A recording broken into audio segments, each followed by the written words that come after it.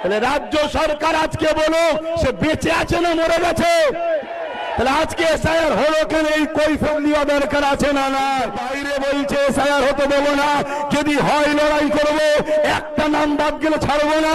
উপরন্ত 221 কোটি টাকা এসআইআর যাতে হয় রাজ্য সরকার খরচ করছে। আপনাদের ভোটেই যদি 21-এ কেউ সরকার হতে পারে, আপনাদের ভোটেই যদি 24-এ কেউ এমপি হতে পারে, আপনাদের ভোটেই যদি কেউ প্রধান হতে পারে, তাহলে আজ আপনাকে ভোট দেবে সেই এমএলএ এমপি মন্ত্রী প্রধান দেবে আমাদের ধরা দরকার আছে না?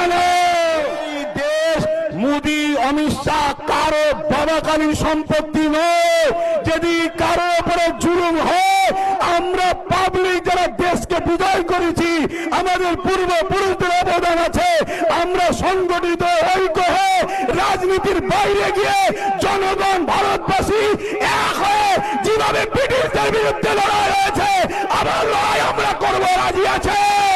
যদি রাজি থাকেন উঠে দাঁড়ান, রাজি থাকেন উঠে দাঁড়ান, রাজি থাকেন উঠে দাঁড়ান। মনে রাখবেন, একটা লোক যদি জুলুম হয়, এর জন্য বিজেপি যেমন দোষী, রাজ্য সরকারও দোষী।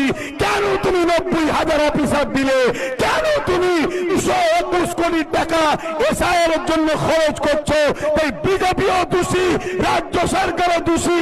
আমার এই কথাতে কারা একমত একটু হাত তুলে সাক্ষী দেবেন? একমত আপনারা? একমত আপনারা? একমত আপনারা? আপনাদেরকে বলবো, কতবার আন্দোলন করবেন? কখনো বোরখা নিয়ে, কখনো 3 তালাক নিয়ে, কখনো ইউনিফর্ম সিভিল কোড নিয়ে, কখনো আমার শরীয়ত আইনের উপরে, কখনো এক নোংরা মেয়ে আম্মাদ আয়েশা হুজুরের বিরুদ্ধে, কখনো আইলা মুহাম্মদ রাসূল নিয়ে, কখনো এমন করে দেখা যায়